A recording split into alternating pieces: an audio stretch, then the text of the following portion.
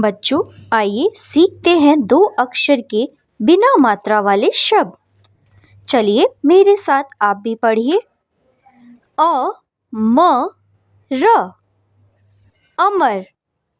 न ह र नहर। च ल न चलन। स म र समर। क म र कमर। म ह क महक। ल ल न ललन।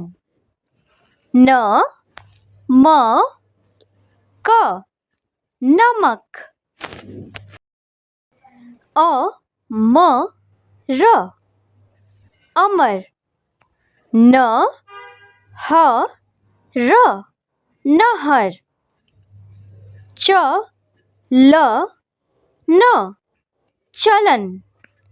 स म र समर। क म र कमर।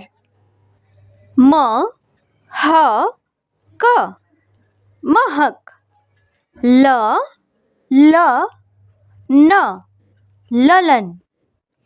न म क नमक।